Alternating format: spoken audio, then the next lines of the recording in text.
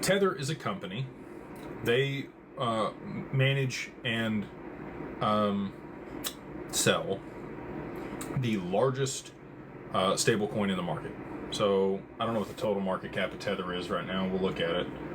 Probably like 140 billion. And Tether's market cap would actually be reflective of the amount of outstanding Tether that's out there because it's a stablecoin. It's not a cryptocurrency. So currently the circulating supply of Tether is $183.92 billion worth of Tether. And that's supposed to be backed 1-to-1 with dollar equivalent or assets in that valuation. They are the most profitable company per capita in the world. So what does that mean? They got a little more than 100 people that work for them, and they make about $5 billion a quarter. So imagine that. You got 100 people that work for you, or maybe a few more than 100 people, and you're making $5 billion a quarter. That is a lot of money per employee. And that's what per capita means. So they're in El Salvador. They're building the largest building in El Salvador. It's one floor taller than the current largest building in El Salvador. Kind of an ego or a de-measuring contest going on there. But they have the money to do it, so why not? They are the liquidity for all of crypto. And what I mean by that is, aside from XRP, it has the most pairs of anything. Almost any coin out there has a USDT pair, which means that it can trade in between USDT and that token. If your token only has a USDT pair and isn't connected to other stablecoins or other tokens, it's probably in a not so great spot because you're very dependent on Tether. When I talk about decentralization for networks, the way I look at it's the same way I looked at it when we did valuations on companies for multiples. Okay, so we would look at vendors, we would look at employees, and we would look at clients, and we didn't want any more than 15% of your total revenue being made up by any one of those counterparties. So if you have one vendor that supplies you 50% of what you sell, you probably want to diversify that. If you've got one stable coin that makes up the only pair that you have, and that's the only way in and out of your token, that is a choke point, and that is not a good thing. XRP has almost the same amount of pairs as Tether. It's significant. So why does that matter? Well, Tether again provides liquidity for the exchanges.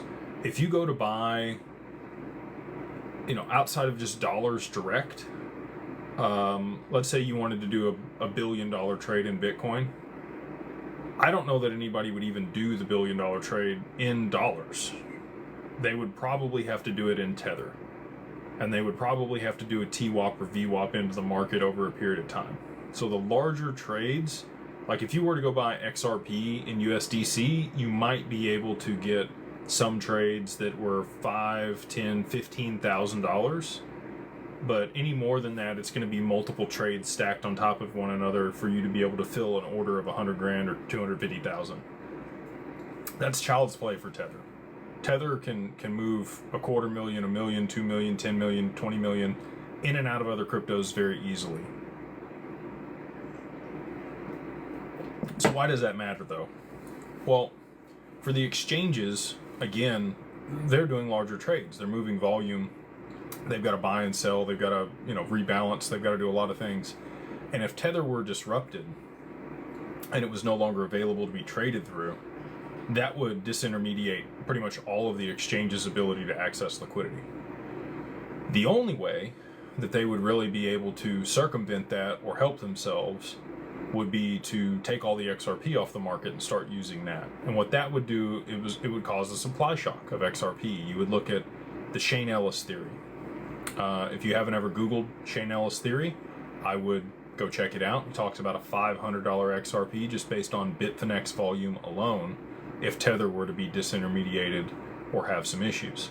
I don't know what it's going to be. I don't know if they're going to sanction Tether because of, it allowing certain adversarial parties to the U.S. Transact dollars at scale, and they've been able to document all of that.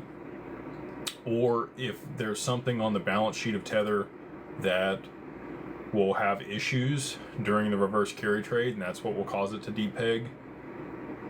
One of those two is my best guess at what's going to happen to Tether and why the exchanges, along with everybody else, are all going to be clamoring for XRP all at the same time to drive the price to 3 or 4 digits.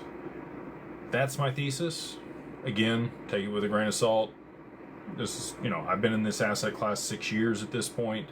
I think I have a good grasp on it. I think I have a decent understanding of macroeconomics. There's a lot of people that say I'm crazy and that this will never happen and that I'm completely wrong. Cool. I got the balls to come out here and put my name on it and, tell you guys about it. So I don't know what their theory is, but I haven't seen anybody else come out and talk about this for anywhere near as long as what I have.